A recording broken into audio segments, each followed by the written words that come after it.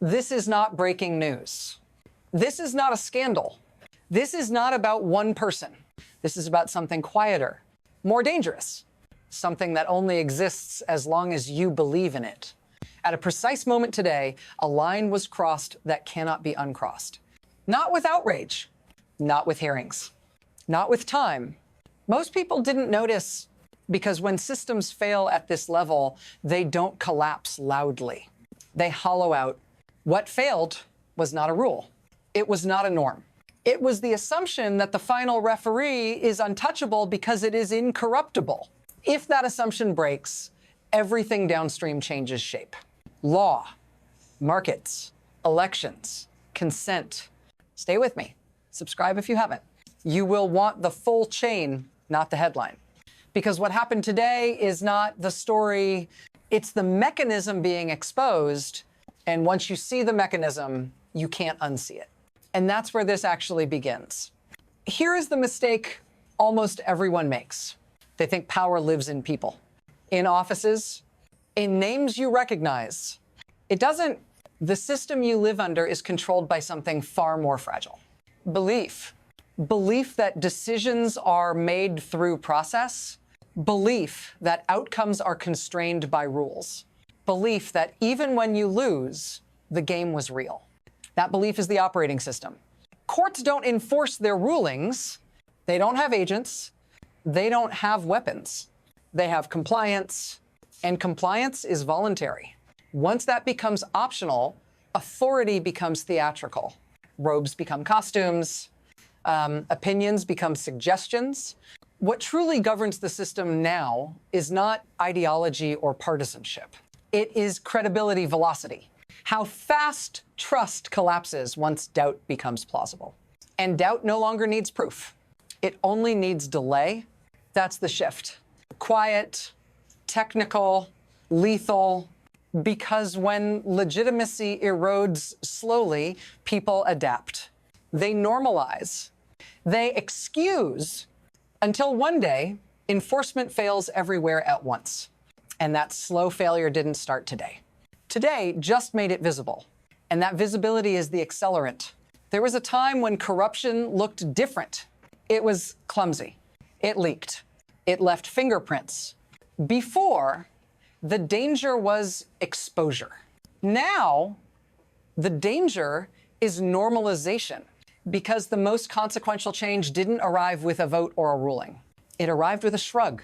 Before, institutions collapsed when they were proven corrupt.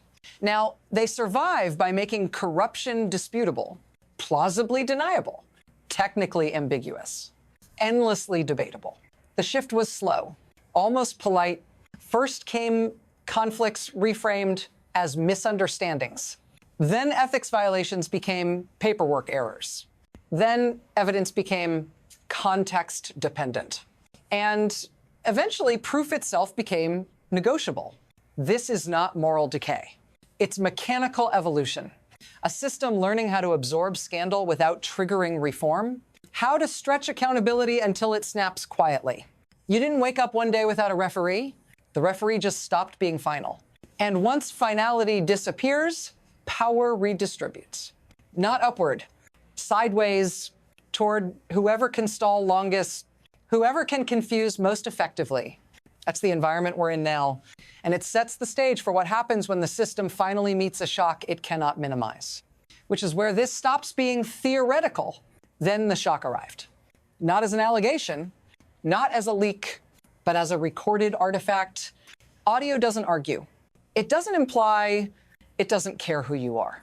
What surfaced was not behavior adjacent to power. It was power in transaction, a conversation, a negotiation, a conditional exchange. And that distinction matters because institutions can survive bad optics. They can survive impropriety. They can even survive hypocrisy. They cannot survive proof of mechanism. This wasn't a story about lifestyle or favors or blurred lines. This was a moment where the process itself was allegedly treated like inventory. One outcome, one price. And the response was immediate, not public outrage, Internal panic. Phones lit up. Calendars cleared. Flights rebooked. That's how you know this wasn't noise. Subscribe if you're still with me. You'll want what comes next, because the shock wasn't the recording. The shock was that it couldn't be buried. And when a system built on minimization fails to minimize, that's not a scandal. That's a breach. And breaches don't stay contained. Here's where the picture sharpens. Because systems don't fail randomly. They fail along incentive lines. What was exposed is not an individual flaw.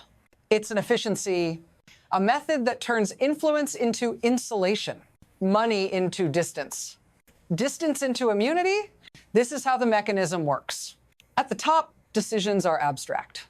They're framed as principles, doctrines, interpretations, but below that layer, consequences are concrete. Billions gained or lost, regulations erased, liability dissolved, so the system quietly learned to route pressure upward, away from voters, away from legislatures, toward the one place where outcomes are final. And accountability is slow. Those who benefit don't touch the process directly. They don't have to, they externalize the risk.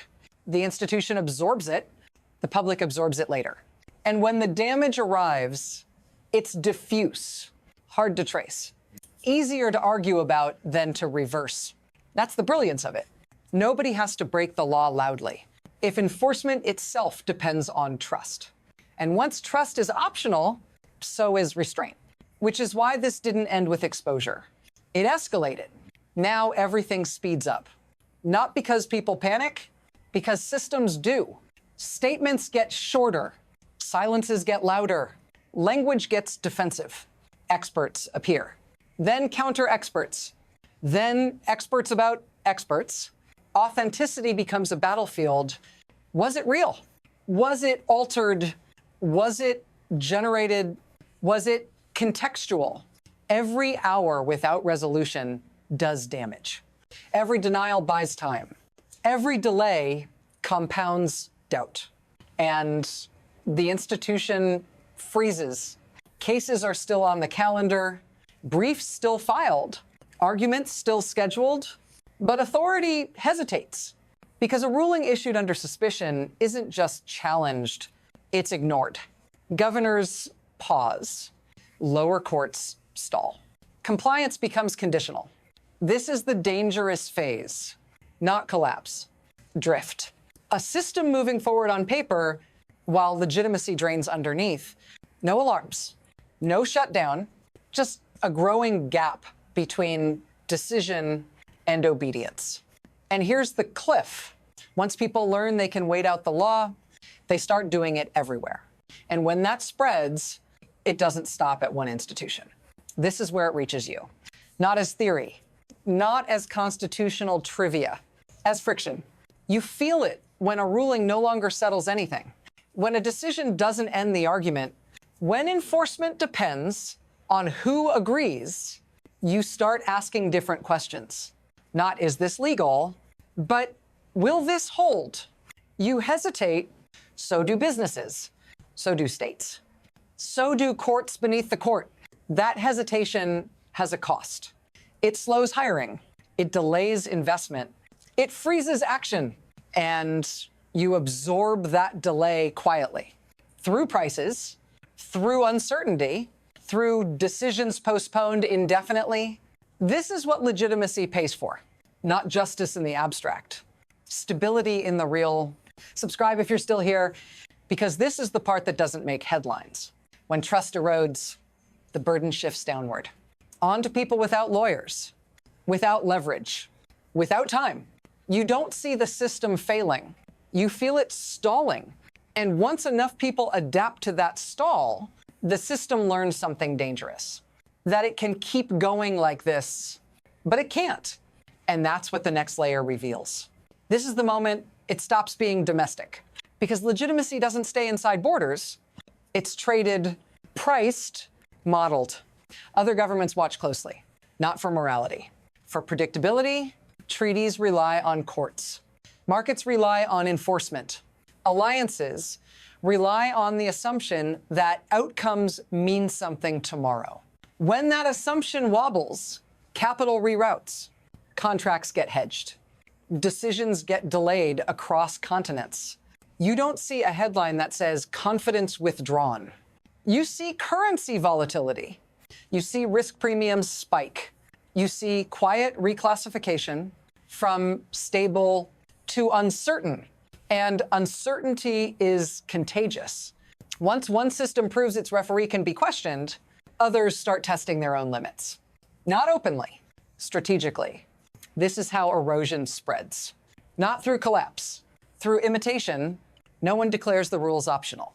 They just behave as if they might be. And the most dangerous part is this. There is no reset button for credibility. No emergency session. No vote that restores belief on command. Which means whatever comes next will not stay contained. It will propagate, and the system is already moving faster than its safeguards. From here, the system has three paths. None of them are clean. The first is adjustment.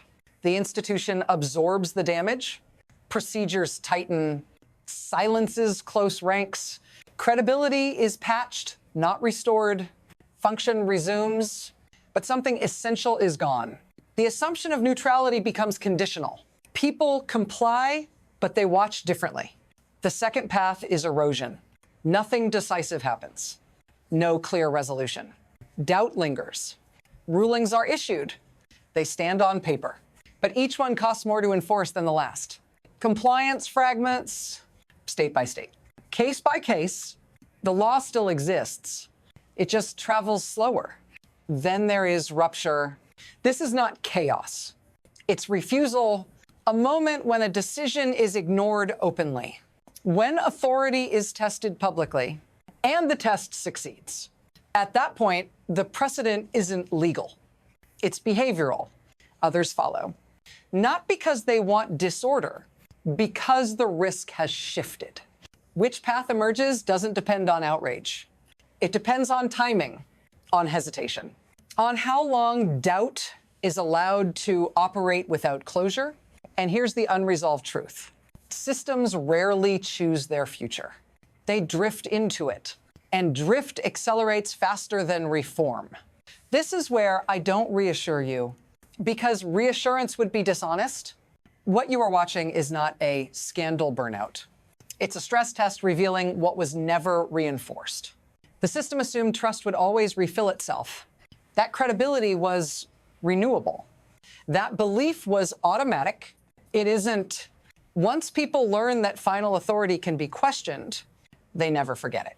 There will be hearings, statements, experts explaining what you're supposed to feel. But none of that answers the real question. What happens the next time a ruling comes down and compliance hesitates? What happens when doubt becomes strategy?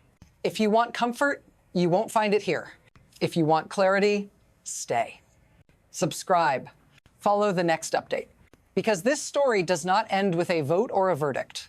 It continues every time a decision is tested in the real world. The danger isn't corruption exposed. It's corruption survivable.